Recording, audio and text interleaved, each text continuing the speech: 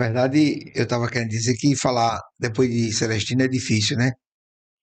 Eu estava lembrando aqui quando ele começou a falar de quando chamaram os primeiros cristãos, que está elencado em Atos dos Apóstolos, capítulo 11, versículo 26, que na cidade de Antioquia chamaram os que seguiam Jesus de cristãos. E eu acho isso muito interessante, porque a gente esquece que, na verdade, Jesus já havia falado da regeneração. Muita gente acha que a regeneração plano de transição é coisa do Espiritismo, quando na verdade no capítulo 19 do livro de Mateus, versículo 28, Jesus fala, quando na regeneração? Então ele já fala desse movimento que nós estamos passando, e já fazia essa previsão, e ele usa o nome regeneração mesmo, não usa o nome não, querendo demonstrar que quando a humanidade passar por esse momento de regeneração, que está em 19, 28 de Mateus, nós temos que estar exatamente preparados. Porque Pedro ele fez uma pergunta: Senhor, o que, é que nós vamos ganhar largando tudo para ficar contigo? Como se Pedro tivesse muita coisa. Mas para ele tinha, né? Para ele tinha, era o pão de cada dia dele. Aí Jesus exatamente ele demonstra para Pedro que no momento da regeneração nós íamos ter essa nuance.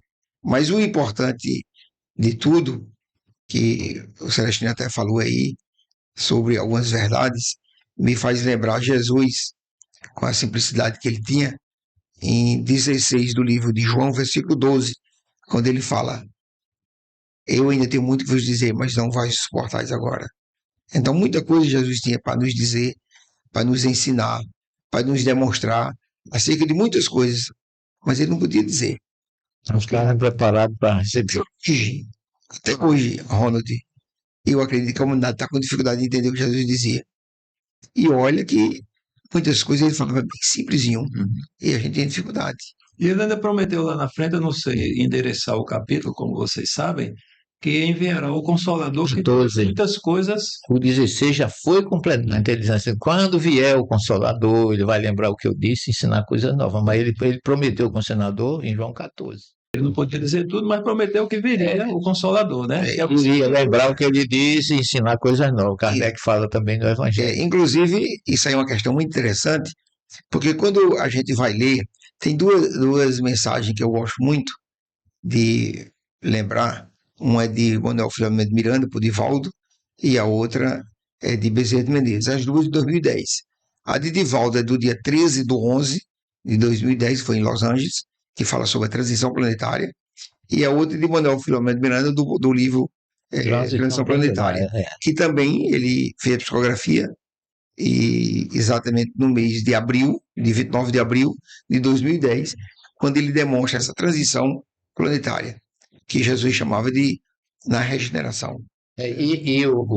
A regeneração é exatamente o que está no capítulo 21 do Apocalipse. A Jerusalém nova. Exatamente. Haverá um novo céu e uma nova terra. Que eu acho que é a grande mensagem do Apocalipse, que não é compreendida. O Apocalipse só fala de coisa ruim, né?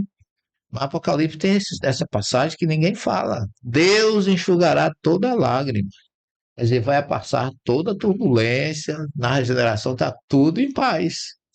Lembrando o que o senhor disse aí, uma coisa muito interessante que eu vi, o livro de Lucas, no capítulo 21, o versículo 26, ele fala sobre homens desmaiarão de terror nesses momentos.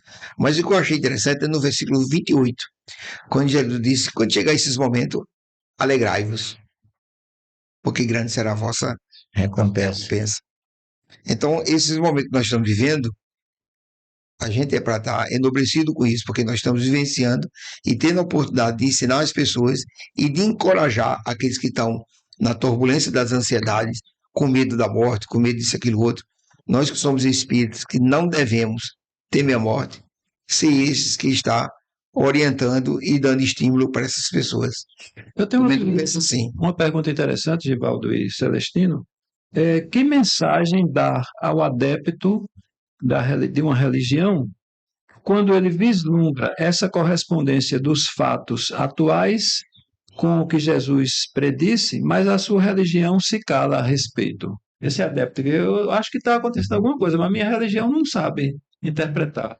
Tem alguma palavra que possa dá uma segurança a esse adepto dessa religião. Tem demais, Jesus deixou consolo demais para todos nós, independente de religião. Qualquer um ateu que abrir o Evangelho vai encontrar lá os confortos de Jesus. Capítulo 10 do Evangelho de João é o segundo, ou seja, Davi trouxe o Deus pastor no capítulo 23, no Salmo 23, Deus, o Senhor é meu pastor, ele não me faltará.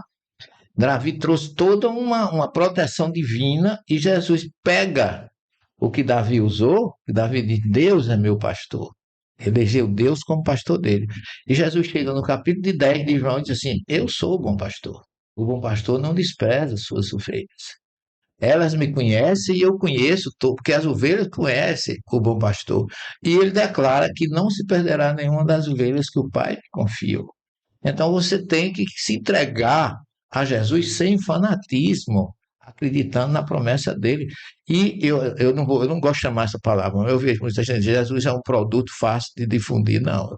Jesus é uma luz na vida de quem quer que seja que você pode levar, que não vai ferir ninguém. Só vai ter uma forma de confortar. Confia na promessa dele. Eu estarei convosco até a consumação dos séculos. Mas, Celestino, nós podemos vislumbrar fatos ou lógicas que deem uma consistência a isso, independente da crença, da fé, assim como localizar, vamos dizer, fazer aquela ponte entre o que Jesus predisse no sermão profético e a atualidade, como vocês fizeram aí. Mas então, há digamos assim, fatos além da religião, que esse adepto, que é de alguma religião católico, evangélica, mesmo a judaica ou outras religiões, que ele possa consolidar a fé além da religião dele, digamos, é, da a religião que não vai na lógica, não vai na racionalidade. Tem como esse adepto, assim, uma substância que ele possa firmar-se mais? Informações tem muito, conforto tem muito, palavra de conforto tem muito. Eu faço atendimento fraterno todas as semanas com pessoas de todas as religiões. Mas o grande convite de Deus para a maioria dos indiferentes, porque se você quiser não acreditar e não quiser aceitar, ninguém vai mudar o ponto de vista dele. Mas tem uma frase no Evangelho, uma bênção de um espírito amigo, que diz assim: a dor é uma bênção que Deus envia aos seus eleitos. Então, no momento da dor, o cara esquece tudo. Eu sou um exemplo disso. Eu achava que o Espiritismo não ia me oferecer nada, por isso que eu não queria me compromisso com a doutrina. Mas a dor, a obsessão que eu passei, ela me deixou 0 quilômetro, raso feito um chapéu de palha, sem saber para onde apelar. Eu fui encontrar plenitivo nas verdades da doutrina espírita. Mas primeiro eu tive o chamado pela dor, porque quando Jesus chama, ninguém fica. Essa é a história. Você não pode obrigar, porque o Espiritismo não impõe, mas ele expõe. Você chega para ele e diz: olha, meu filho, haja o que houver, você é imortal. E acabou. Você pode morrer amanhã, a doença pode levar, né? Mas você é imortal. O teu corpo perece, mas o teu espírito está vivo. Mas onde o senhor tem isso? No capítulo 2, versículo 7 do Gênesis. Não está escrito por Allan Kardec, porque vai dizer, não, ele está querendo trazer o espiritismo para mim. Não. Está escrito lá. E a questão aí, se você quiser ouvir espiritismo, questão 148, 149, 150A. Está mostrando que depois da morte o espírito se liberta, e Kardec coloca lá mais assim, retorna para onde é a verdadeira vida, que é a vida espiritual. Muitas vezes a turbulência que alguém está passando é exatamente porque ele acha que só existe uma existência. Então você leva a reencarnação, lei de causa e efeito, são informações que independem de religião, porque está no budismo, está no hinduísmo, está no shintoísmo, está nos árabes, está nos hebreus, está em todo canto a reencarnação. Só nós ocidentais que nos preocupamos em divulgar, o que é uma coisa boa. Mas todas as religiões orientais são reencarnacionistas. Então, você isso vai pensar, não tem conversa, ninguém vai tirar a sua vida, não. Você tem uma centelha divina aí plantada por você, que está lá no capítulo 2, versículo 7 do Gênesis, que o corpo perece, mas a alma jamais. Até Salomão, no capítulo 12 do Eclesiastes, ele diz: corrompido o cordão de prata, o corpo vai à terra e o espírito vai a Deus. Jó fala de espírito, as pessoas estão acusando errado, mas é espírito. O livro de Jó, no capítulo 12, ele diz: eu vi um espírito que vinha passando por mim, eu fiquei com medo, ele parou diante de mim e eu não vi o seu rosto, mas sabia que era um espírito. E Jeremias dizia assim, a voz me disse, fica de pé, Jeremias capítulo 1, e o espírito entrou em mim. E ele começou a falar e eu ouvi a voz do espírito.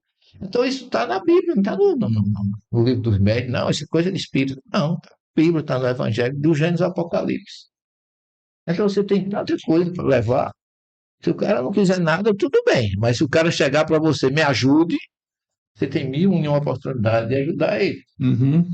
Celestino, dentro dessa temática que a gente está trabalhando, existe, por exemplo, minha esposa, eu sou casado com ela há 45 anos, ela é evangélica. Ela aceita tudo dentro da doutrina, menos a reencarnação. Não encontra, para ela, não há base. Eu estou com um assunto aqui, que é até uma coisa particular minha, nessa pergunta que eu vou lhe fazer. Existe uma crença, a gente sabe que essa guerras, rumores de final de tempo, fome, destruição de tudo, os profetas sempre falaram nisso. Daniel foi um dos que também trouxe muita matéria sobre isso. Mas essa questão, como eu coloquei aqui, ó, nos documentos sagrados fala muito da segunda vinda de Jesus e também a questão de que vai se ressuscitar, que a igreja evangélica eles colocam como a pessoa vai morrer e vai ficar o corpo lá dormindo. Uhum. E depois vai haver um momento na segunda vinda de Jesus. Isso tudo vai ser recuperado para aqueles que aceitaram a Cristo. Esse povo Como é que a doutrina espírita Eu começo com Paulo. É. Me diga uma coisa, vamos partir do ponto zero. O homem está lá no Gênesis. Vai ser Yahvé Elohim e formou Yahvé, ou formou Deus. Et Radam, o homem, soprou em suas narinas um sopro de vida. Já a criação já é múltipla existencial. Certo. O espírito é imortal. Agora, Moisés criou duas partes distintas na descrição da criação do homem: corpo físico e a centelha espiritual, que ele nem chama de espírito, ele chama de Neshama. Neshama já é uma gradação mais próxima da gente, porque se entrasse a milionésima parte do Espírito de Deus, a gente explodia. Então há uma degradação de Ruá, Neshama e Nefesh, que o Nefesh é a alma encarnada, Neshama é o espírito e o Ruá é a centelha divina. Então nós somos feitos de duas partes distintas, o corpo físico e o corpo espiritual. Muito bem. Aí Paulo pergunta, e o povo prefere acreditar na ressurreição de um corpo físico do que da principal parte do corpo, que é a centelha imortal, que é o espírito. Porque isso não morre. Então é mais forte. Como é que alguma pessoa que conhece... Há uma doutrinação nesse sentido, né? Porque não tem como as reações químicas, Deus não revoga suas leis. Eu não estou nem falando da Gênesis, que Kardec mostra isso muito bem. Mas se você for para a ciência, quando você junta cloreto de sódio, ou seja, sódio e cloro, juntou os dois, forma sal. Eu duvido que tu faça sal, faça cloreto de cloro e sódio de novo. As reações químicas, elas acontecem e não revertem. Você não reverte a equação química, é natural. Claramente. Então você morre, seus elementos vão para a natureza, se diluem, se distribuem na natureza, e você vai ficar dormindo 1000 anos esperando que o cabo bata na porta. Aí você diz, quem disser isso assim, você diz, leia Paulo, primeira carta aos Coríntios, capítulo